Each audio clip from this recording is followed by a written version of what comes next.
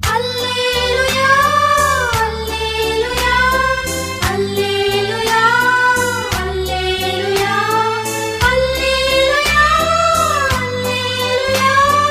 அல்லேலூயா கர்த்தருடைய பரிசுத்த நாமத்துக்கு மகிமை உண்டாகட்டும்.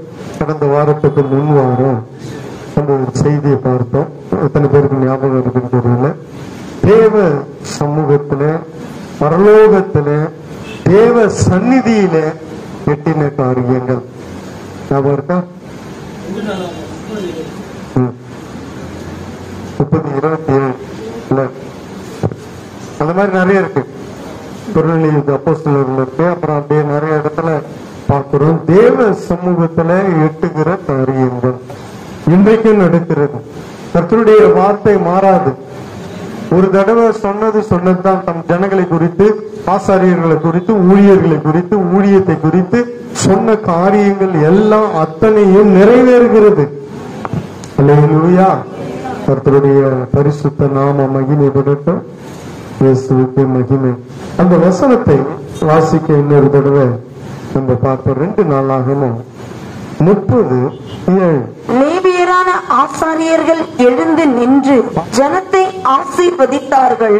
அவர்களுடைய சத்தம் கேட்கப்பட்டு அவர்களுடைய விண்ணப்பம் அவருடைய பரிசுத்த வாசஸ்தலம் ஆகிய அவருடைய பரிசுத்த வாசஸ்தலம், இதெல்லாம் அண்டர்லைன் பண்ணுங்க.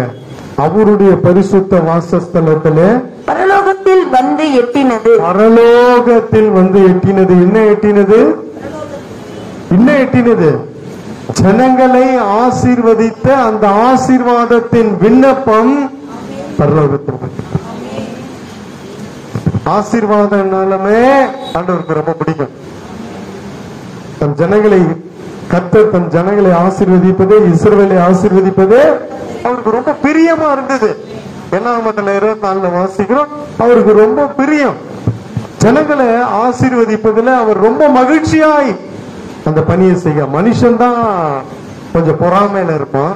ஆனா தேவன் அப்படி அல்ல. அல்லேலூயா. ஆசீர்வதிப்பதிலே சந்தோஷம் அடைகிறவர். தன் ஜனங்கள் ஆசீர்வாதமாய் இருப்பதை பார்த்து சந்தோஷம் அடைகிற தேவன். மனுஷன் பொறாமை கொள்ளுவான் இல்ல.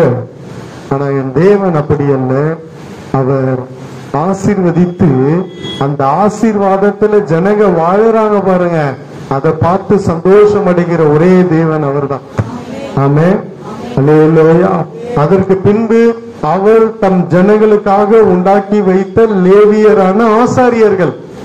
நாங்களும் அதுதான், என் ஜனங்க நல்லா இருக்கணும்னு தான் நினைக்கிறோம். ஆசீர்வாதமா இருக்கிறது தான் எங்களுக்கு மகிழ்ச்சி. அல்லேலூயா. அப்போ கொஞ்சம் என்னோட இருங்க. ஒரு விசுவாசியினுடைய ஒரு மந்தைக்குள்ள இருக்கிற அந்த மந்தைக்கு எப்படி ஆசீர்வாதம் வருகிறதுனா ஒரு முறைமையை வைத்திருக்கிறார். அது அவர் ஜனங்களை ஆசீர்வதிக்க அவர் அந்த ஆசாரியனிடத்திலே அந்த ஆசீர்வாத அப்பத்தை எடுத்து ஜனங்க கிட்ட நேரா கொடுத்துல சீஷர்களிடத்துல கொடுத்து சீஷர்கள் பரிமாறினார். இது முறைமை, இது வழி. அதே போலதான் ஒரு விசுவாசியினுடைய ஆசீர்வாதம் அந்த மேய்ப்பெண் மேல வைக்கப்பட்டிருக்கிறது. அவனை வாய்க்காலாய் நிறுத்துகிறார். அவருக்கும் ஜனங்களுக்கும் நடுவில் அந்த ஆசாரியனை, ஒரு மேய்ப்பனை, ஒரு தேவ மனுஷனை, தேவ ஊழியனை ஒரு வாய்க்காலாய் நடுவில் ஊற்றுகிறார், வைக்கிறார். அங்கே ஊற்றும் பொழுது அவன் வாய்க்காலாய் இருந்து கொண்டு வந்து சேர்க்கிறவன். அவனுக்கு இன்னொரு பேர் உண்டு, தேவனிடத்திலிருந்து கொண்டு வந்து சேர்க்கிறவன். அல்லேலூயா. கர்த்தருடைய பரிசுத்த நாமத்துக்கு மகிமை உண்டாகட்டும். அப்படி கொண்டு வந்து சேர்க்காமல் தனக்கென்று வைத்துக் கொண்ட ஆசாரியர்கள் விழுந்து போய் இருக்கிறார்கள் என்பது நமக்கு தெரியும். தனக்காக அப்படியே வைத்துக் கொண்டிருப்பது, தனக்காக சேர்த்துக் கொள்வது, தேவ ஜனங்களுடைய ஆசீர்வாதத்தை கொள்ளையாடுவது, தேவ ஜனங்களிடத்திலிருந்து பிடுங்குவது 7 நாட்கள்ல நடந்தது போல. எத்தனை பேர் ஞாபகம் இருக்கும்? சாமுவேல்ல போனீங்கன்னா தெரியும். கேட்கலாம் மாட்டான், குத்தி அவனே எடுத்துன்னு போயினே இருப்பான். அது எப்படி இது? பாக்கெட் உள்ள கையை விட்டு அவனே புடிங்கி எடுத்துன்னு போற மாதிரி இருக்கு. அந்த மாதிரியும் உண்டு. உங்களுக்கு தெரியறது இல்ல, வெளியே போனா தெரியும். பயமுறுத்தி வாங்குறது, பொய்யான தீர்க்க தரிசனம் சொல்லி வாங்குறது, தங்களுக்கு என்று சேர்த்துக் கொள்வது நிறைய பேர் இருக்கிறாங்க. இன்னும் அந்த உலகத்துல இருக்கிறாங்க. அதை தேவன் பார்த்து கொள்ளட்டும். அவங்கள பத்தி நம்மளுக்கு வேண்டாம். உங்களுக்கு தெரியணுன்றதுக்காக சொல்றேன். அவர்களுக்கு பத்தி பேசவும் நியாயம் தீர்க்கவும் நமக்கு அதிகாரம் கிடையாது. அது கர்த்தர் பார்த்து கொள்ளட்டும். கவனிங்க, உங்களுக்கு நான் தெரிஞ்சது இந்த வேதத்துல இருந்து சரியான சத்தியத்தை சொல்லுங்க. ஆனா அந்த விசுவாசி என்ன நினைக்கிறார்கள் என்றால், நம்ம வேலை செய்யறோம், நம்ம கஷ்டப்படுறோம், நம்ம சம்பாதிக்கிறோம். இதுல இவர் யார் நடுவுல? இவர் மூலியமா எப்படி வரும்? நான் வேலை செய்யறேன், சம்பளம் கொடுக்கறாங்க. கேள்வி எழுமா எழுதா? யாருக்கு அந்த கேள்வி எழுதலையா? கேட்டுக்கணும், தெரிஞ்சுக்கணும். நம்ம தானே வேலை செய்யறோம். ஓனர் யாரோ, பரம ஓனர் பரம முதலாளி யாருன்றது தெரியல. அது எப்படி வருதுன்னு தெரியல. கவனிங்க, நம்ம வேலை செய்யறோம், நம்ம உழைக்கிறோம், நம்மளுக்கு உழைப்புக்கு ஏற்ற ஞானத்துக்கு ஏற்ற வேலை செய்யறோம், எல்லாம் பண்றோம். அதுக்கேற்ற சம்பளத்தை கொடுக்கிறாரு. நடுவுல இவர் யாரு புதுசா குறுக்கல இப்போ தலைய விடுறாரு அப்படின்ற எண்ணம் தோணும். ஏன்னா நிறைய பேருக்கு சத்தியம் தெரிஞ்சவங்களுக்கு தோணாது. சத்தியம் தெரியாதவர்களுக்கு, இப்ப இருக்கிற வாலிபர்கள்லாம் ஆசாரியன்னா என்னன்னே தெரியாது, மேய்ப்பன்னா என்னன்னு தெரியாது, ஒரு தேவ மனிதன்னா என்னன்னு தெரியாது. பாஸ்டர் பாஸ்டர் பாஸ்டர் பாஸ்டர் ஜெபம் பண்ணுங்க, பாஸ்டர் போயிட்டு வர, அவ்வளவுதான். போச்சுன்னா அதோட அடுத்த நாத்திகமா வந்தா ஆச்சு, இல்லன்னா போச்சு. வார்த்தையில நோ பாஸ்டர், நோ ஜெபம், நோ வேர்ட், எதுவுமே கிடையாது. ஆண்டவர் கிடையாது, இயேசு கிடையாது, எதுவுமே கிடையாது. சண்டே ஒன் டே அன்னைக்குதான் பாஸ்டர், ஜெபம், வார்த்தை, ஆராதனை, துதி, ஸ்தோத்திரம் எல்லாம் அத்தோட சிட்டா பறந்துடும். முடிஞ்ச ஒண்ணு பாருங்க, ஆள் அட்ரஸே இருக்காது. ஒரு தேவ மனிதன் மாத்திரம் உன் வாழ்க்கையில இல்லை, அவனுடைய ஜெபம் இல்லை, அவனுடைய மன உருக்கம், அன்பு இல்லைன்னா யாரா இருந்தாலும் வேதத்தின்படி நான் சொல்லுகிறேன், அது வந்திருக்கலாம். ஆனா பல நாள் நிக்காது. உடனே நீங்க அம்பானி அதானிக்கு போயிடக்கூடாது. அவருக்கு என்ன ஆண்டவர் இருந்தாரா, அவருக்கு என்ன பாஸ்டர் இருக்கிறாரா, அவருக்கு பொட்டுன்னு கொட்டுதேன்னு மறித்த பின் தெரியும் அவன் வாழ்க்கை. ஒரே பதில் அவ்வளவுதான். செத்தவனு தெரியும் அவன் எங்க போறான், நான் எங்க போறேன். என்னோட சேர்ந்து அம்மன் சொல்லுங்க, நான் சத்தியத்தை தான் பேசுறேன். நீ போற இடம் வேற, அவங்க போற இடம் வேற. நமக்கென்று கர்த்தர் ஒரு சபையை உருவாக்கி, ஒரு மந்தையை உருவாக்கி, ஒரு ஊழியக்காரர்களாக எங்க 2 பேரை வைத்து, உங்களை விசுவாசிகளாக வைத்து, இந்த இடத்துல தேவ நாம மகிமைப்பட ஆராதனை நடக்கிறது, ஜெபங்கள் நடக்கிறது. இங்க அதை கொண்டு நீங்க வருவதை கொண்டு, நாங்கள் ஜெபிப்பதை கொண்டு கர்த்தர் உங்களை ஆசீர்வதிக்கிறார். நம்ம இன்னைக்கு நிறைய பேருடைய தவறான எண்ணம் நோக்கம் என்னன்னா, நம்ம வேலை செய்யறோம், நம்ம சம்பாதிக்கிறோம், நம்ம ஞானத்தில் அதை பண்றோம், இதை பண்றோம், நம்ம புத்தி கெட்டதை செய்யறோம், நம்ம நல்லா இருக்கிறோமே, நம்மளுக்கு பணம் இப்படித்தானே வருது, ஆண்டவரை நேரடியா கொடுக்கிறாரு. இது பிசாசுனுடைய தந்திரமான எண்ணங்களை இருதயத்தில் கொண்டு வந்து போட்டுறாங்க. இது ஒரு பிசாசுனுடைய தந்திரம். இங்க வேதம் தெளிவாய் சொல்லப்பட்டிருக்கிறது. ஒரு தேவ மனிதன், ஒரு ஆசாரியன் ஜனங்களுக்காக ஆசீர்வதிக்கிற அந்த ஆசீர்வாதம், ஜனங்களுக்காக ஜெபிக்கிற அங்க ஜெப சத்தம் தேவ சமூகத்தில் எட்டுகிறது. தேவன் இறங்கி ஆசீர்வதிக்கிறார். நிறைய வசனங்களை போன வாரம் காமிச்சேன், முதல் வாரம் போன செய்தியை உங்களுக்கு கேட்டீங்கன்னா உங்களுக்கு தெரியும். எல்லாம் மறந்துடுறீங்க, அதுக்குதான் சொல்றேன், திருப்பி போட்டு கேளுங்க. கொஞ்சம் வியூவர்ஸ் அது அப்படியே அப்படி சிரிச்சு மழுப்பி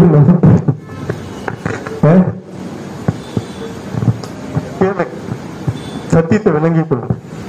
ஆசீர்வாதம் எங்க இருக்குன்னு பாருங்க. அது மட்டுமல்ல, கர்த்தர் கொடுத்த ஆசீர்வாதத்துக்கு கவர்மெண்ட்ல ஒரு கணக்கு வச்சுக்கிறான். மார்ச் மாசம் தெரியுமா உங்களுக்கு? அக்கௌண்ட்டை க்ளோஸ் பண்ணேன். பல வருஷத்து அக்கௌண்ட்டை க்ளோஸ் பண்ண இந்த 2024 இந்த பிப்ரவரி மாசம் சொல்றாரு, நிறைய பேர் அக்கௌண்ட்டை க்ளோஸ் பண்ணப்போ கொஞ்சம் சொல்லு, நிறைய பேர் அக்கௌண்ட்டை க்ளோஸ் பண்ணா நீ லட்சாதிபதிரான்றாரு. என்ன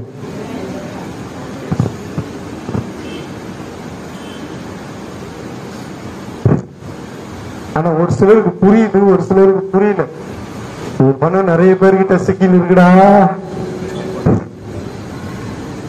நிறைய பேர் ஏமாத்தி வச்சிருக்கிறான், ஃப்ராட் பண்ணி வச்சிருக்கிறாங்க, அக்கௌண்ட் சரியில்லை, கள்ள தராசு புடிச்சு வச்சிருக்கிறாங்கடா, புடி அவங்க எல்லாம் புடி. நான் சொன்னேன்னு சொல்லு, நீ பெரிய வாழ்ற, நீ லட்சாதிபதிரா, உனக்கு ₹1 கடன் இருக்காதுடா, எல்லாம் எல்லா பணம் உன் பணம் எல்லாம் அவங்க கிட்ட உட்காந்துன்னு இருக்குது.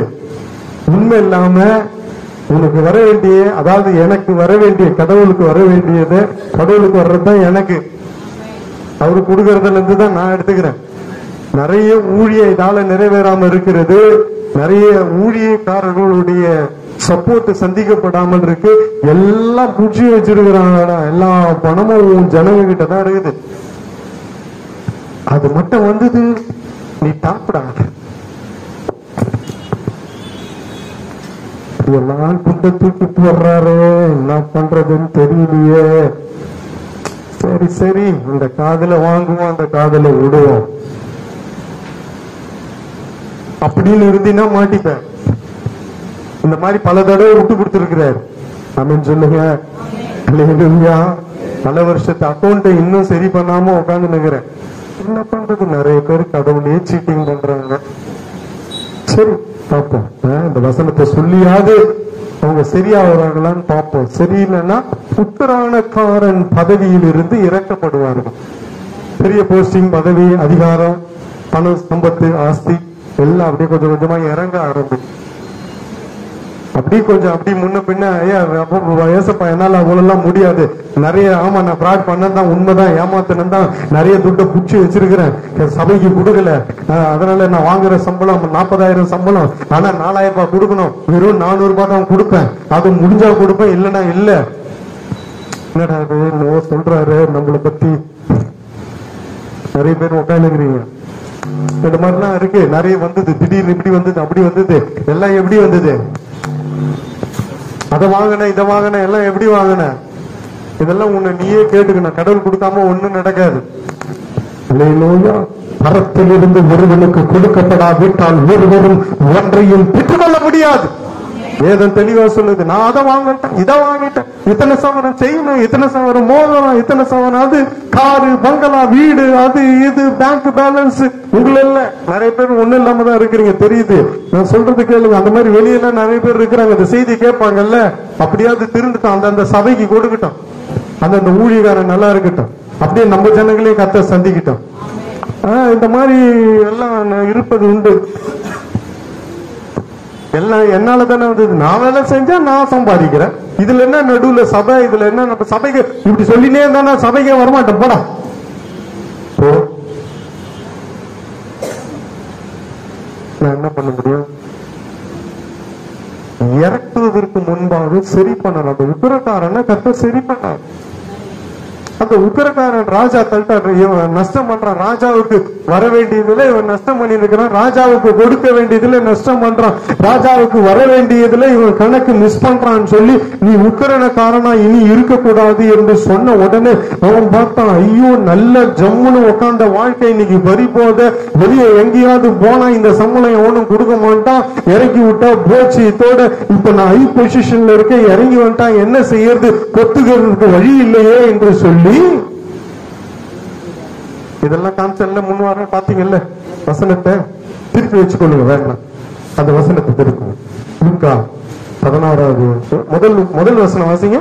பின்னும் அவர் தம்முடைய சீஷர்களை நோக்கி, ஐஸ்வர்யவானாகிய ஒரு மனுஷனுக்கு ஒரு உக்கிரானக்காரன் இருந்தான்.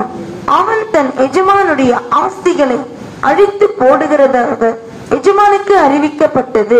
ஐஸ்வர்யமானாகிய ஒரு மனுஷன் யாருன்னா இந்த உலகத்திலேயே ஆண்டவர் இயேசுதான். ஆமென் சொல்லுங்க. எல்லாம் இங்க எத்தனை கோடி வச்சிருந்தாலும் எல்லாம் அவருடையது. இது வானமும் பூமியும் அவருடையது, பொண்ணும் வெள்ளியும் அவருடையது, எல்லாம் அவருடையதுன்னு வேதம் சொல்லுது.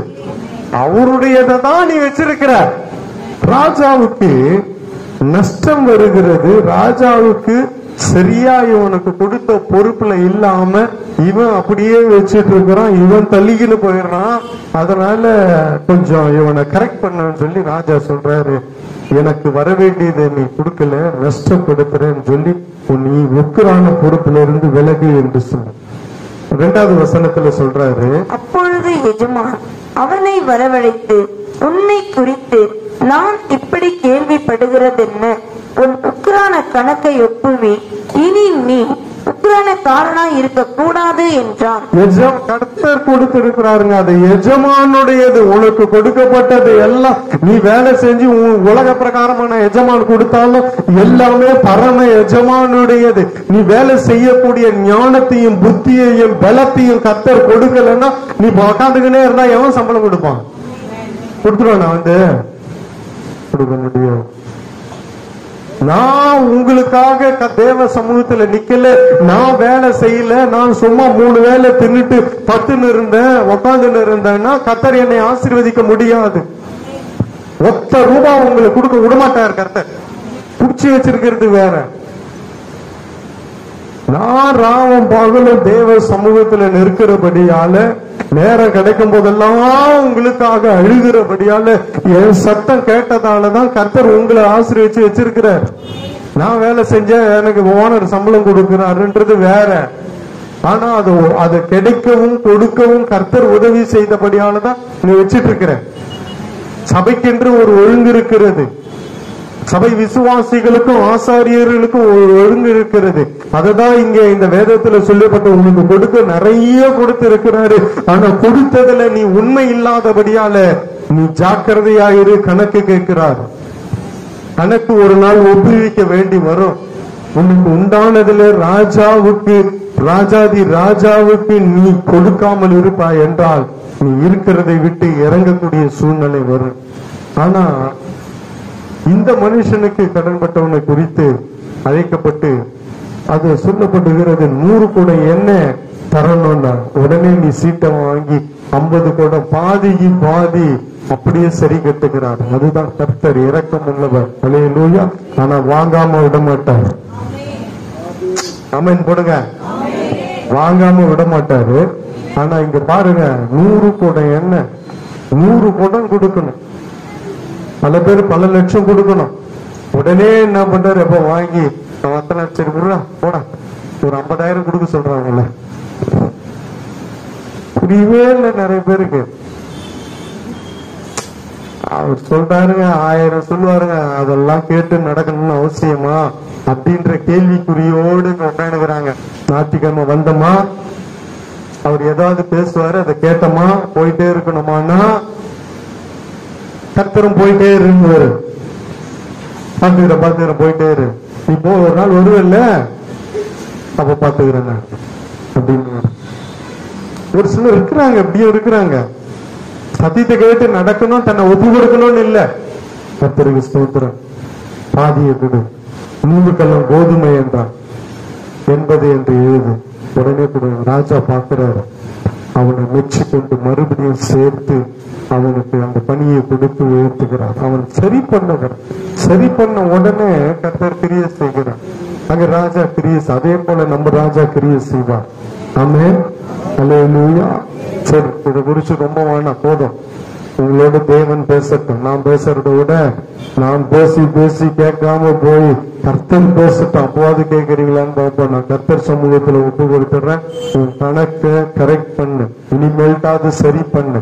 கர்த்தர் கணக்கை கேட்கிறார். உன் உக்கரான பொறுப்பு உன்னை விட்டு போயிடும். உன் அதிகாரத்துவம், உன்னுடைய ஆளுகை மொத்தமா கொஞ்சம் கொஞ்சமா இறங்கி வந்துடும். தப்புன்னு இறங்கி விட்டுருவார். தெரியாது, காரணங்கள் இதுதான்.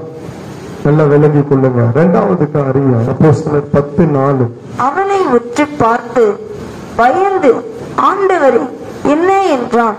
அப்பொழுது அவன், உன் ஜெபங்களும் உன் தர்மங்களும் தேவனுக்கு நினைப்பூட்டுதலாக அவர் சந்நிதியில் வந்து எட்டி இருக்கிறது.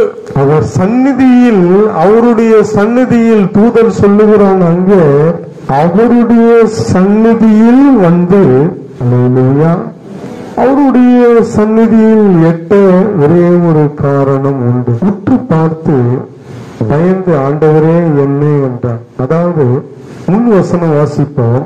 பகலில் ஏறக்குறைய 9 மணி நேரத்திலே தேவனுடைய தூதன் தன்னிடத்தில் வரவும் கொர்நேலியுவே என்று அழைக்கவும் பிரதியட்சமாய் தரிசனம் கண்டு அவனை உற்று பார்த்து பயந்து ஆண்டவரே என்ன என்றான்.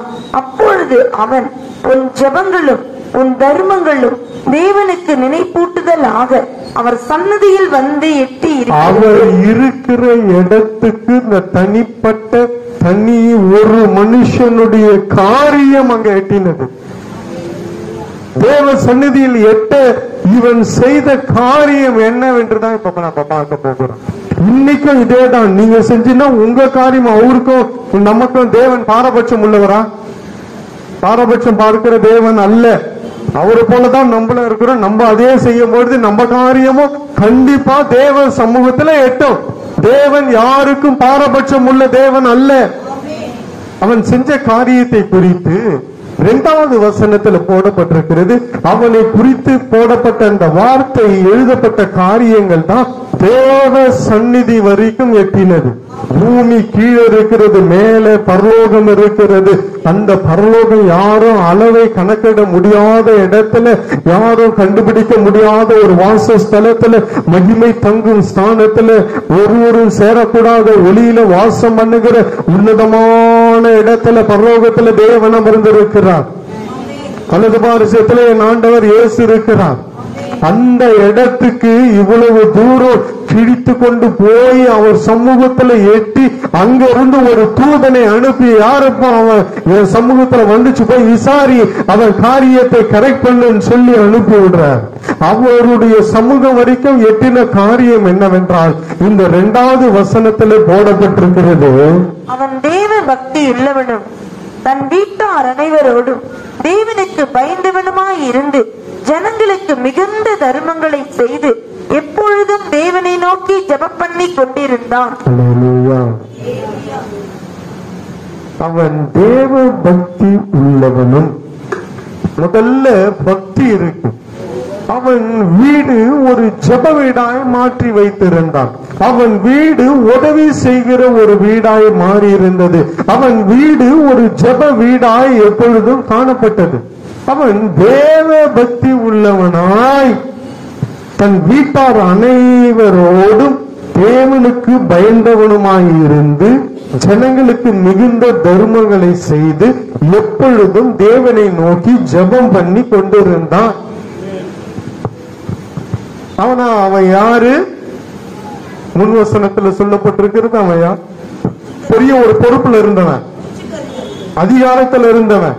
வாசிங்க, முதல் வசனத்தை வாசிங்க. இத்தாலியா பட்டாளம் எண்ணப்பட்ட பட்டாளத்திலே 100க்கு அதிபதியாகி கொர்நேலியு என்னும் பேர் கொண்ட ஒரு மனுஷன் செசரியா பட்டணத்திலே இருந்தான். 100க்கு அதிபதியாகிய கொர்நேலியு. அப்போ 100க்கு அதிபதி, ஒரு பெரிய பட்டாளத்துல 100க்கு அதிபதியாய் இருந்த ஒரு மனுஷன், 100 பேருக்கு தலைவனாய் இருந்த மனுஷன். அவனுக்கு எவ்வளவு பெரிய பொறுப்பு, எவ்வளவு பெரிய வேலை. ஆனாலும் அதெல்லாம் சுட்டி காட்டாம, எனக்கு வேலை இருக்குங்க, டைம் இல்லைங்க, நேரம் இல்லைங்க, அதெல்லாம் சொல்லாம அவன் வீட்டுல எப்பொழுதும் ஜெபம் போய் கொண்டிருந்தது. அவன் தேவனுக்கு பயந்தவனா இருந்தான், தான தர்மங்களை பண்ணி கொண்டிருந்தான், எப்பொழுதும் தேவனை நோக்கி ஜெபம் பண்ணி கொண்டிருந்தான். இங்க வந்து ஒரு 2.5 மணி நேரத்துக்கு ஒத்து போக முடியல, ஒப்பு கொடுக்க முடியல, 2.5 மணி நேரம் உட்கார முடியல. வேற எத்தனை சீட்டு காலியா இருப்பாரு. இவங்க வராம வீட்லயே இருந்தா நல்லதுன்ற நான் சொல்லுங்க. அவங்கவுங்க மனைவிமாருக்கு போய் அவங்கவுங்க கணவங்க கிட்ட, ஏன்னா தேவனுக்கு ஒழுங்கு இல்லாம கர்த்தருக்கு பிரியம் இல்லாம நடக்கும்போது எனக்கு மட்டும் பிரியமாயிடுமா? சான்ஸே இல்லை. கர்த்தர் எப்படி ஆசீர்வதிப்பாரு? தேவனுடைய வீட்டுக்கு ஆலயத்துக்கு நான் வந்துட்டேன், ஒரு 2.5 மணி நேரம் உட்கார முடியாம எதுக்கு சர்ச்சுக்கு வரேன்றேன்?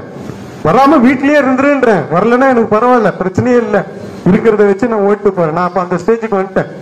நிறைய பேர் சொல்லியே வரவானான்னு சொல்லிட்டு இருக்கிறேன், வர்றதில்ல. பாருங்க, நீங்க வேணா யார் வரலன்னு ஆராய்ச்சி பாருங்க. வரக்கூடாதுன்ட்டு தேவையில்லை, அப்படி தேவையே இல்லைங்க, வேணாங்க. எனக்கு ஒரு ஆண்டவருக்கு முக்கியத்துவம் கொடுக்கல, ஆண்டவருக்கு மரியாதை கொடுக்கல, ஆண்டவருடைய வீட்டுக்கு வந்துட்டு இங்க 10 வாட்டி எழுந்து போயின்னு தேவ சத்தத்தை, கர்த்தருடைய வார்த்தையை கேட்கறதுக்கு வராம எதுக்கு வர? அவன் ஆனா அந்த மாதிரி இல்ல, அவன் ஒரு பெரிய பொறுப்புல இருந்தான். நான் மன துக்கமாய் பேசுகிறேன். ஆண்டவரோட என்ன முக்கியம் இருக்கு? ஆண்டவர் கனவீனப்படுத்துவது. ஆண்டவரை கனவீனப்படுத்துகிறவர்களை நான் கனப்படுத்தணும்னு அவசியம் கிடையாது. வந்தா சபையில உட்காரணும். உட்கார முடியல, 10 வாட்டி கீழே போயிட்டு வருவேன், இப்பதான் அதை வாங்குவேன் இதை வாங்குவேன் இதை சாப்பிட போவேன்னா வரவே வர, வீட்லயே சாப்பிட்டு வீட்லயே உட்காந்துக்க. அப்புறமா வீடியோ போட்டு காட்டுங்க. வராது உங்களுக்கு எல்லாம், யார் யார் பின்னாடி காலியா இருக்கோ அவங்களுக்கு எல்லாம் இந்த வீடியோ போட்டு காட்டுங்க. ஐயா இந்த மாதிரி பேசிக்கிறாரு, ஒழுங்கா வா, இல்லன்னா வீட்டுல இருக்காரு, என்ன வரைக்கும் வந்து விட்டுட்டு போயிடுன்னு சொல்லுங்க. கர்த்தருக்கு ஸ்தோத்திரம். யார கர்த்தர் ஆச்சரியத்து உயர்த்துகிறாங்க. இதுல வேற பிரசன்ட் போறது, தலையை காமிச்சிட்டு ஓடிற கேஸ் எல்லாம் இருக்கு. இவன் 100க்கு அதிபதி, ஆனாலும் எந்த சாக்கு, தன் பதவியை குறித்து தன் வேலையை குறித்து தேவனுக்கு முன்பாக சாக்கு சொல்லாம அவன் தேவனுக்கு பயந்து பயபக்தி உள்ளவனாய் இருந்து கர்த்தருடைய ஆசீர்வாதத்தை பெற்ற மனுஷன். அல்லேலூயா. கர்த்தருடைய பரிசுத்த நாமத்துக்கு மகிமை உண்டாகட்டும். 30வது வசனத்தை வாசிங்க. அதற்கு கொர்நேலியு 4 நாளைக்கு முன்னே இந்நேரத்திலே நான் உபவாசித்து 9ஆம் மணி நேரத்தில் என் வீட்டிலே ஜெபம் பண்ணி கொண்டிருந்தேன். யார் வீட்டுல? அவர் வீட்டுல. சரி, உன் வீட்டுல ஜெபம் பண்றியோ இல்லையோ சரி, அதை நான் பார்க்கல. தேவனுடைய வீடு இது. இந்த வீட்டுக்காவது உண்மையா இருக்கையா? உன் வீட்டுல ஜெபம் பண்றியா இல்லையா, உண்மையா இருக்கையா இல்லையான்னு தெரியல. இந்த வீட்டுக்கு, இந்த ஜெப வீட்டுக்கு வந்தாவது உண்மையா இருக்கிறியா இல்லையா? இந்த வீட்டிலே, என் வீட்டிலே, அவனுடைய வீட்டிலே, என் வீட்டிலே ஜெபம் பண்ணி கொண்டிருந்தேன். அப்பொழுது பிரகாசம் உள்ள வஸ்திரம் தரித்த ஒரு மனுஷன் ஒருவன் எனக்கு முன்பாக நின்று. அல்லேலூயா. கர்த்தர் பாருங்க, இவனுடைய காரியம் பரலோகத்தை எட்டினது. பரலோகத்தை எட்டின காரியத்தினால தேவன் உடனே தன் பிரதான தூதனை அனுப்புகிறார். அவர் தூதனை அனுப்பி அங்கு போய் நிற்கும் பொழுது அவனுடைய காரியம் வெளிப்படுத்தப்பட்டது. என்னவென்றால் அவன் முதலாவது தேவ பக்தி உள்ளவன். எப்படி சும்மா சாதாரணமா பரலோகம் போயிடுமா ஒரு மனுஷனுடைய காரியம்? தேவ பக்தி உள்ளவன். அவன் பக்தி காண்பிக்கிற, தேவனுக்காக பக்தி. நீ இருக்கிற வீட்டில, வெளியில, வேலையில உன் பக்தி வைராக்கியத்தை காண்பிக்கணும். நீ ஒரு கிறிஸ்தவன், கர்த்தருடைய பிள்ளை, அபிஷேகம் பண்ணப்பட்டவன் என்பதை காண்பிக்க வேணும். இங்க ஒரு வேஷம், வெளியே ஒரு வேஷம்.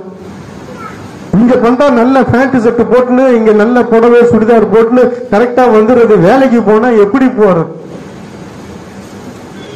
முடிய கேவலமா வெட்டிக்கின்னு, சரியான ஒரு உடை இல்லை. இன்னைக்கு நிறைய இந்த மாதிரி பண்ணிக்கின்னு பேண்ட் ஷர்ட், மீச ஒரு பக்கம், தலைமுடி ஒரு பக்கம், இப்ப புதுசா காதுல கம்மல், மூக்குத்தி. வடநாட்டுல போன ஒரு ஆள் வந்து, நான் பொம்பளை நினைச்சிட்டோம் நாங்க. கால்ல கொலுசு போட்டிருக்கிறோம் ஒரு ஆளு, கையில வளையல், காதல குத்தி பார்த்திருக்கிறேன். நிறைய பேர் இப்ப போட ஆரம்பிச்சிட்டாங்க. மூக்குத்தியை பார்த்தவன எனக்கு ஆச்சரியமாய் போச்சு. இவன் பொம்பளையா ஆம்பளையா? கர்த்தர் எதை வச்சு ஆசீர்வதிப்பான்னு தெரியல. அவனை பொம்பளையா வச்சா ஆம்பளையா வச்சான்னு தெரியல. இன்னைக்கு நிறைய ஆம்பளைங்க, மீச வச்ச ஆம்பளைங்க எல்லாம் பொம்பளைங்களா போயிடுறாங்க. பொம்பளைங்க எல்லாம் இன்னைக்கு ஆம்பளையா கூப்பிடும். தலைக்கு இருந்தா பாருங்க, அவன் தேவ பக்தி உள்ளவன். பக்தி வைராக்கியத்தை எங்க இங்க கொஞ்ச நேரத்துல காமிச்சிட்டு, பக்தி ஊதவத்தி மாதிரி வாசனை எழுதி விட்டு இங்க இருந்து போன உடனே அது அணிஞ்சு போத, வாசனை இல்லையே, தீர்ந்து போயிடுத. நீ இருக்கிற இடத்துல நீ போகும்போது வரும் மத்தவங்க பார்க்கணுங்க, உன்னை பார்த்து சொல்லணுங்க. உன் சாட்சியெல்லாம் கெட்டு கண்ணா பின்னான்னு வாழ்ந்துட்டு இங்க வாரத்துல ஒரு நாள் வந்து நல்ல மாதிரி நடிக்கிற பாரு, அதை கர்த்தர் பாக்குற. சொல்லுங்க சொல்லுங்க, போதும் போதும் நடிப்பு. சபைக்குள்ள போதும் போதும் நடிப்பு. நடிச்சதெல்லாம் போதும். சபையில நடிக்கிறேன், நிறைய பேரை பாக்குறேன். நான் தான் வெளியே 4 இடம் சுத்துறோம்னு வச்சேன், உன்னதான் பாக்குறேன் நீ எப்படி இருக்கிறேன். ஆனா ஒரு சிலர் இருக்கிறாங்க, கர்த்தருக்குள்ள சாட்சியா இருக்கிறாங்க, அவங்க வஸ்திரங்கள் கரெக்டா இருக்கு, கர்த்தரை மகிமைப்படுத்துறாங்க, அவங்க பாடுறாங்க, துதிக்கிறாங்க, ஆராதிக்கிறாங்க, ஆண்டவரை பத்தி பேசுறாங்க. ஒரு சில, நான் எல்லாரையும் குறை சொல்லல, எல்லாரையும் குறை சொல்ல, எல்லாம் வளருது, கூடவே கலையும் வளருது இல்ல. நாளையில இருந்து பாருங்க டான்ஸ பார்க்கணும், திங்கக்கிழமையில இருந்து சனிக்கிழமை வரைக்கும். ஞாயிற்றுக்கிழமை பளிச்சுன்னு நல்ல ட்ரெஸ் ஆகி ரெடி ஆகி வந்துடுறது. இன்னும் தெரியல. ஒரு சிலர் சொல்றேன், நான் பார்த்ததால சொல்றேன். ஏன்னா நிறைய பேர் அந்த மாதிரி இருக்கிறாங்க. அந்த பாவம் செஞ்சுட்டு துணிகரமா சபையில வந்து உட்காந்துட்டு விட மனசு இல்லாம ஜாக்கிரதையா இருங்க. தேவ பக்தியை எங்கெங்க மற்றவங்க பார்க்கணுங்க. பக்தி வைராக்கியம் காண்பிக்கணும். விநாயகா காண்பித்தது போல உன்னை பார்த்தா சொல்லணும், உன்னை பார்த்தா பயப்படணும். குடிக்கிறவன் பக்கத்துல வரக்கூடாது, சிகரெட் பிடிக்கிறவன் உன்னை பார்த்தா பயப்படணும். பான்பராக போடுறவன், கஞ்சா அடிக்கிறவன், இந்த மாதிரி எந்த வேலை எல்லாம் பண்றவன் உன் கிட்டேயே நெருங்கக்கூடாது, உன்னை பார்த்தா பயப்படணும். ஆனா அவன் இன்னைக்கு உன் தோல் மேல கைய போடுறான். பக்தி வைராக்கியம் எங்க போச்சு? ஆண்டவருக்காக அந்த பரலோகத்துல எட்டுமா, இங்க இருக்கிற கூரையை கூட தாண்டாது உன் ஜபம். வெளியே போகவே போவாது, இங்கே உள்ளவே சுத்தின்னு இருக்கும். ஒரு நாள் சுத்தி சுத்தி மூச்சு முட்டி உனக்கு ஊழ்ந்துடணும். அவன் பக்தி வைராக்கியம் உள்ளவன், வீட்டார் அனைவரோடும் தேவனுக்கு பயந்தவனுமா இருந்தான். இன்னைக்கு அந்த பயம் இல்லாதபடியால தேவ ஜனங்கள் பின்வாங்கி. தேவ பயம் இல்லை, இது கர்த்தருடைய ஆலயம் என்ற பயம் இல்லை, ஒரு தேவ மனிதன் என்ற, ஒரு தேவ ஊழியக்காரன் என்ற பயம் இல்லை, கர்த்தருடைய வார்த்தையை குறித்து பயம் இல்லை, கர்த்தருடைய ஜபத்தை குறித்து பயம் இல்லை. இப்படி எதை குறித்தும் பயம் இல்லாமல் இருக்கிறார்கள். ஒரு நாள் வரும், அவங்களை நடுக்கம் பிடிக்கும், பயம் பிடிக்கும். அவங்க பயங்கரமான சூழ்நிலையை சந்திக்கும் போது பகலே இருளை போல ஆயிடும். தேவ பயம் இல்லைங்க நிறைய பேர். ஆனா இந்த மனுஷன் ஒரு 100க்கு அதிபதி, பெரிய ஒரு பொசிஷன்ல இருக்கிறான், அதிகாரத்தில் இருக்கிறான். ஆனா இந்த மனுஷன் பக்தி வைராக்கியத்தை, தன் 100க்கு அதிபதி பெரிய ஒரு ஸ்தானத்துல இருந்தாலும் பக்தி வைராக்கியத்தை விடாத ஒரு மனுஷன். பொருளில் யாரு? பக்தி காண்பித்த மனுஷன், தேவனுக்காக பயபக்தியாயிருந்த மனுஷன், பக்தி வைராக்கியம் கொண்ட மனுஷன். உன் பக்தி வைராக்கியம் எங்க? கர்த்தருக்காக உன் பக்தி வைராக்கியத்தை காண்பிக்காமல் இன்னைக்கு உன்னை யாராய் காண்பிக்கிறாய்? அவன் தேவனுக்கு பயந்தவனாய் இருந்தான், ஆனா தேவ பயம் இல்லையே. துணிகரமாய் நீ எத்தனை செயல்களை செய்து கொண்டிருக்கிறாய் தேவ பயம் இல்லாமல். நான் சொல்லிட்டே இருக்கிறேன், ஆனா ஒரு நாள் வரும், அதுக்கு யாரும் ஒண்ணும் பண்ண முடியாத சூழ்நிலை வரும். கர்த்தர் இறங்கினா ஆட்சி, இல்லைன்னா இல்லை, வேற ஒண்ணுமே பண்ண முடியாது. அந்த நிலைமையெல்லாம் வருவதற்கு முன்பாக நீ சீர் பொருந்தாவிட்டால் உன் பக்தி வைராக்கியமை அதை என்ன சொல்றது, அதை விட்டு விட்டாங்க. அடகு வச்சது போல மார்வடிகள்ல உட்காந்து பாருங்க நம்ம பொருள், அந்த மாதிரி எங்கேயோ போய் உட்காந்து பக்தி வைராக்கியமே இல்லை, தேவ பயம் இல்லை. துணிகரமாய் தெரிந்தே அவன் ஒரு கர்த்தருடைய பிள்ளை, அவன் ஒரு கர்த்தருடைய பிள்ளை என்று தெரிந்தே துணிகரமாய் பாவத்துல விழுறாங்க, துணிகரமாய் செயல்படுறாங்க. அந்த பக்தி வைராக்கியம் போயிடுச்சு, தேவனுக்கு பயப்படுகிற பயம் போயிடுச்சு. உன்னை பார்த்தா சாதாரண அற்பமான நபராய் தான் மாத்துறாங்க, ஒரு தேவ பிள்ளையாய் பார்க்கல. ஜனங்களுக்கு மிகுந்த தர்மங்களை செய்ய, வெறும் தர்மம் செய்யல, மிகுந்த தர்மம். அவன் ஒரு பெரிய பதவியில இருக்கான், நல்ல வருமானம் போல இருக்கு, ஆனா அந்த வருமானத்தை எப்படி பயன்படுத்துறான் பாருங்க. இல்லாதவர்களுக்கு கொடுக்கிறது. அவன் மிகுந்த தர்மங்களை ஏழைக்கு இறங்குகிறவன் கர்த்தருக்கு. அவர் ஒருவருக்கு கடனாளி அல்லவே, அவர் திருப்பி கொடுக்கிறான். ஆனா திருப்பி கொடுக்கும் பொழுது ஆசீர்வதித்து திருப்பி கொடுக்கிறான். இதுதான் சத்தியம். அவன் பாருங்க, மிகுந்த தர்மங்களை செய்து. ஏன் இவனுடைய காரியம் பரலோகத்தை எட்டினது, ஏன் தேவ சமூகத்தை எட்டினது என்பதை விளங்கி கொள்ளுங்க. நம்மளும் இதே மாதிரி செஞ்சா கண்டிப்பா எட்டும். கர்த்தர் இறங்குவார், கண்டிப்பா இறங்குவார், கர்த்தர் கிரியை செய்வார். தேவன் பொருளிக்கு ஒரு தேவனும் நமக்கு ஒரு தேவனும் அல்ல. அவர் ஒருவரையும் பாரபட்சம் பார்க்காத தேவன் அவர். அல்லேலூயா.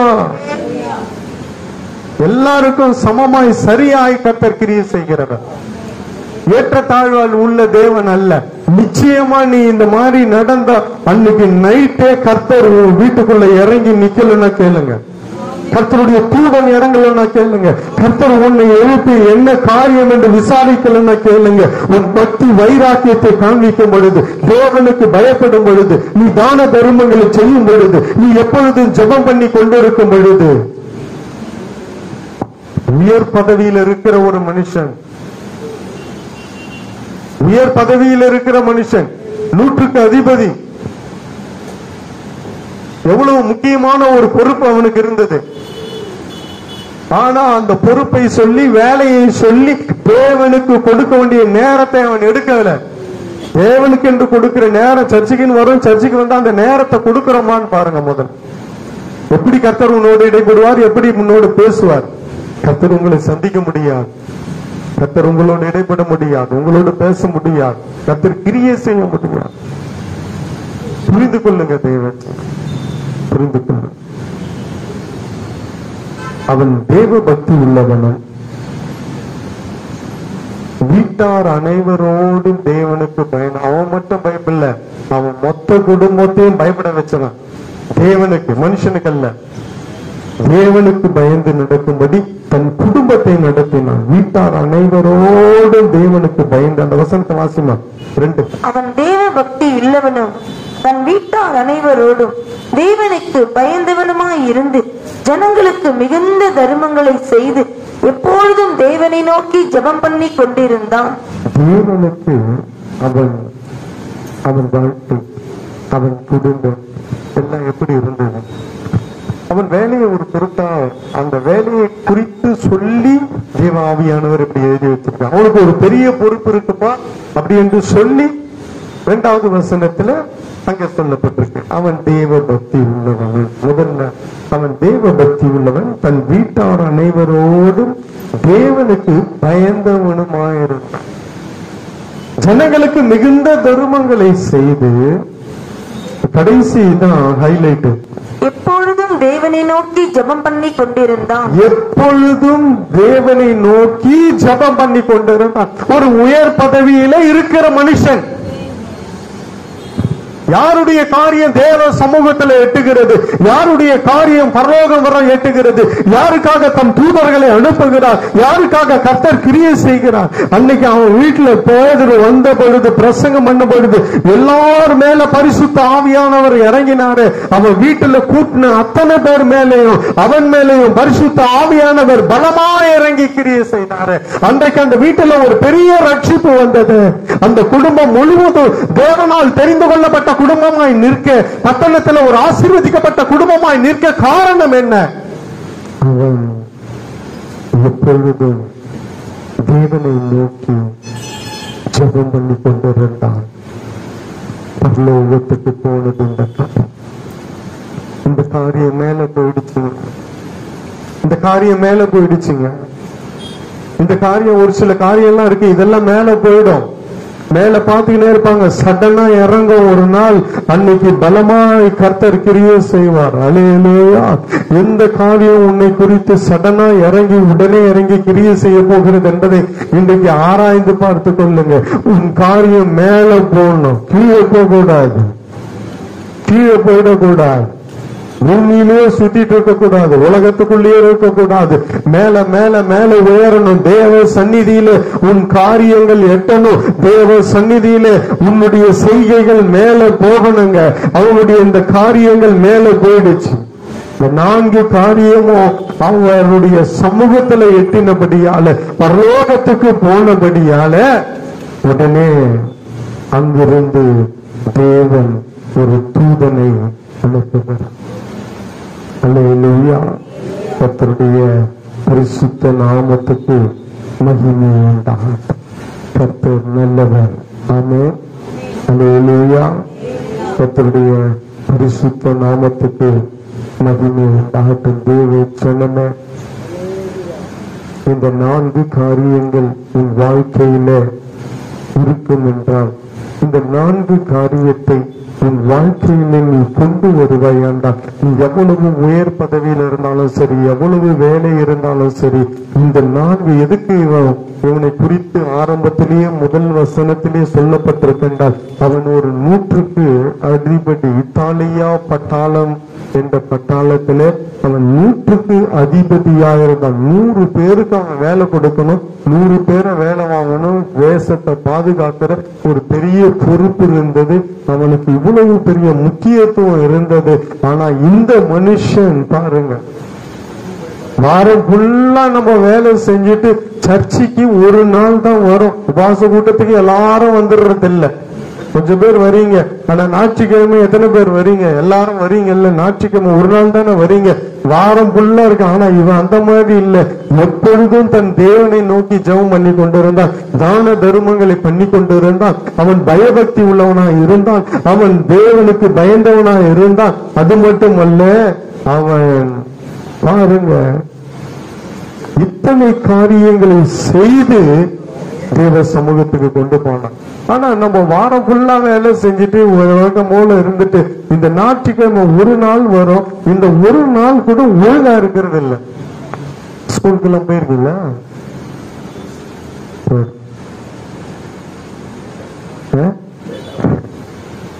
டெய்லி லேட்டா போய்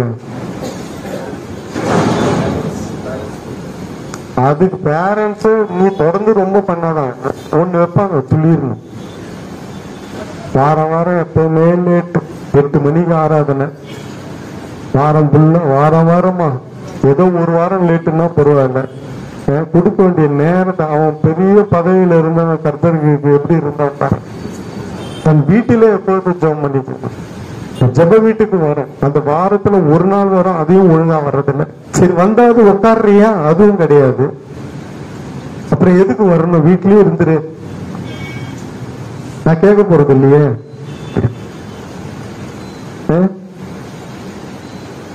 நானும் சொல்லி சொல்லி சொல்லி பாக்குறேன்.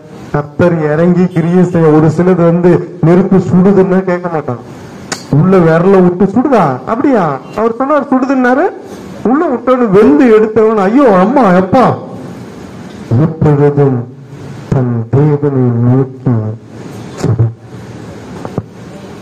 கர்த்தருக்கு உண்மையா இருங்க, கர்த்தருக்கு உண்மையா இருங்க, கர்த்தருக்கு உண்மையா இருங்க. கர்த்தரை கனவீனப்படுத்தாதீங்க. கர்த்தரை கனவீனப்படுத்துறவங்களோடு நான் சந்தோஷமா இருக்க முடியாது. அவர்களை குறித்து பெருசா ஒண்ணு நான் என்னால எதுவுமே பண்ண முடியாது, சொல்ல முடியாது. கர்த்தரை கனவீனப்படுத்துறவங்களோடு எனக்கு என்ன வேலை? கர்த்தரை கனப்படுத்தினா எனக்கு அவங்களோட வேலை, கர்த்தரை மகிமைப்படுத்துறவங்களோடு தான் எனக்கு வேலை. சொல்லி சொல்லி கர்த்தரை கனவீனப்படுத்துறவங்களோடு நான் ஐக்கியமா இருக்க விரும்பல. இதை விட நான் என்ன சொல்றேன், என் தேவன் முக்கியம் எனக்கு, என் கர்த்தர் எனக்கு முக்கியம். கர்த்தரை விசுவாசிக்கிறேன். எல்லா கண்களினோடு பரலோகத்திலே எட்டின காரியம், தேவ சமூகத்திலே எட்டின காரியம், தேவ பிள்ளைகள். தேவன் பாரபட்சம் உள்ளவரா இல்லையே, அந்த பொருநெளியின் காரியம் தேவ சமூகத்திலே எட்டி, அது எட்டினது மாத்திரமல்ல, அங்கிருந்து ஒரு தூதனை அனுப்பி அவர் பேதுருவோடு பேசி பேதுருவை கொண்டு வந்து பொருநெளி வீட்டுல ஒரு பிரசங்கத்தை கொடுத்து, அந்த பிரசங்கத்துல தேவ ஆவியானவர் இறங்கி எல்லாரையும் நிரப்பி, அன்றைக்கே அந்த வீட்டுல ஒரு பெரிய ரட்சிப்பு பெரிய ஆசீர்வாதத்தை பொருநெளிவு மாத்திரமல்ல அவன் முழு குடும்பமும் சுதந்திரிக்க காரணம் அவன் பக்தி உள்ளவன், அவன் பக்தி வைராக்கியம் உள்ளவன். தெய்வத்திலே இரண்டாவது அவன் தேவனுக்கு பயந்த ஒரு மனுஷன், தேவனுக்கு பயந்த மனுஷன். பக்தி வைராக்கியம் எல்லாம் இன்றைக்கு எங்க போச்சு? கடவுளுக்காக நீ காண்பித்த அந்த பக்தி வைராக்கியம், ஆரம்பத்துல இருந்த அந்த பக்தி வைராக்கியம் எல்லாம் இன்னைக்கு ஒண்ணு இல்லாம போயிடுச்சு. உன்னை ஒரு உலகத்தானை போல, சாதாரண நபரை போல மற்றவங்க பார்க்க காரணம் என்ன? உன் பக்தி வைராக்கியம் எங்க? கர்த்தருக்காக பக்தி வைராக்கியம் காண்பித்த 4 பேர் தவறு நடக்கிற இடத்துல உன் பக்தி வைராக்கியத்தை காண்பித்தாயே. இன்னைக்கு தவறு நடக்கிற ஜனங்களோடு கூடிக்கொண்டாயே. குடிக்கிறவர்களோடு கூடிக்கொள்ளுகிறோம், புகைப்பிடிக்கிறவர்களோடு கூடிக்கொள்ளுகிறோம், பான்பராக்கு பெஞ்சாவோடு கூடிக்கொள்ளுகிறோமே. ஒரு காலத்துல நீ பக்தி வைராக்கியமா இருக்கவில்லையா? ஆனா இன்றைக்கு நீ எப்படி இருக்கிறாய்? உன் சூழ்நிலை எப்படி இருக்கிறது? தேவன் வந்து சந்திக்கும் வரை நீ இதை விட்டு விலக மாட்டாயா? உன் பக்தி வைராக்கியத்தை காண்பிக்க மாட்டாயா என்று கர்த்தர் அங்கலாய்க்கிறார். அது மட்டுமல்ல, தேவனுக்கு பயந்தவன். ஒரு காலத்துல எவ்வளவு பயந்து நடந்தோம், ஆனா இன்னைக்கு அந்த பயம் இல்லையே. மனம் போன போக்குல போகிறோமே. துணிகரமாய் நாம் கர்த்தருக்கு பிரியமில்லாத காரியங்களை செய்கிறோமே. பயமே இல்லையே. பயமே இல்லாம எத்தனை காரியங்கள் நம் வாழ்க்கையில அனுமதித்திருக்கிறோம். இன்றைக்கும் எத்தனை காரியங்கள் உன் இருதயத்தை பிடித்து வைத்திருக்கிறது, உன் எண்ணங்களை பிடித்து வைத்திருக்கிறது, உன் சிந்தையை பிடித்து வைத்திருக்கிறது. எத்தனை ஆசைகள் உன்னை சூழ்ந்திருக்கிறது, எத்தனை தவறான பாவ பழக்க வழக்கங்கள் உன்னை கட்டி வைத்திருக்கிறது. தேவ பயம் இல்லாத ஒரே காரணம் தான் என்று நான் சொல்லுவேன். தேவ பயம் இல்லை. தேவ பயம் இருந்தால் அது எப்பவோ உன்னை விட்டு ஓடி இருக்கும், எப்பவோ உன்னை விட்டு விலகி இருக்கும். தேவ பயம் இல்லை. சபைக்கு வந்து தேவ பயம் இல்லை. அதனால தானே எழுந்து போறோம். தேவ பயம் இல்ல, அதபடியால தானே 10 வாட்டி கீழே போயிட்டு வரோம். ஒரு தேவ சமூகத்துல ஒரு 2.5 மணி நேரத்தை ஒதுக்கி கொடுக்க முடியலன்னா தேவ பயம் இல்லை, தேவ பக்தியும் இல்லையே. தேவ பிள்ளை அவன் மிகுந்த தர்மங்களை தனக்குண்டானதில் தர்மம் செய்தான். தர்மம் என்றால் என்ன? திருப்பி கேட்காம, திருப்பி கொடுக்க முடியாத நபர்களுக்கு செய்வதுதாங்க தர்மம். நம்ம திருப்பி வாங்குறோம், அது வேற. ஆனா திருப்பி கொடுக்க முடியாதவர்களுக்கு செய்வதே தர்மம். இயலாதவர்களுக்கு செய்வதே தர்மம், முடியாதவர்களுக்கு செய்வதே தர்மம். தேவ பிள்ளை, அது ஊழியமா இருக்கட்டும், ஊழியக்காரனா இருக்கட்டும், இல்ல வெளியே யாராவது இருக்கட்டும், முடியாதவங்க, கஷ்டப்படுறவங்க, திருப்பி கொடுக்க முடியாதவங்களுக்கு உதவி செய்வதே தர்மம் என்று வேதம் சொல்லுகிறது. தேவ பிள்ளையே, அவன் தர்மத்துல சிறந்து விளங்கினான். எளியவர்களுக்கு, ஜனங்களுக்கு மிகுந்த தர்மங்களை செய்து அவனுடைய சாட்சியை குறித்து ஒரு தூதன் சொல்லுகிறான். தேவ சமூகம் அங்கீகரிக்கிறது. பரலோகத்தின் தேவன் அவனுடைய காரியங்களை அங்கீகரித்துதான் இறங்கி வருகிறார். அது மட்டுமல்ல, எப்பொழுதும் தேவனை நோக்கி ஜெபம் பண்ணி கொண்டிருந்தான். எப்பொழுதும் தேவனை நோக்கி ஜெபம் பண்ணி கொண்டிருந்தான். உயர் ஸ்தானத்தில் இருக்கிறவன், பெரிய பதவி பொறுப்புல இருக்கிற ஒரு மனுஷன், ஆனால் எப்பொழுதும் ஜெபம் பண்ணி கொண்டிருந்தான். இன்றைக்கு சும்மா ஒரு சின்ன வேலைக்கே நேரம் கிடைக்கல என்றுமே, இன்னும் பெரிய பெரிய பதவிக்கு போனா சுத்தமா சபையே விட்டுருவோம் போல இருக்க. இல்ல, தேவ சொன்னார், அவன் மிகுந்த ஒரு பொறுப்புல, பெரிய பொறுப்புல இருந்தான். ஆனாலும் அவனை குறித்து வேதம் சொல்லுகிறது, எப்பொழுதும் தேவனை நோக்கி ஜெபம் பண்ணி கொண்டிருந்தான். நன்றி ஆண்டவரே. கேட்ட அந்த சத்தியத்தின்படி நாங்கள் எல்லாரும் என்னுடைய சமூகத்தில் ஒப்பு கொடுக்கிறோம்.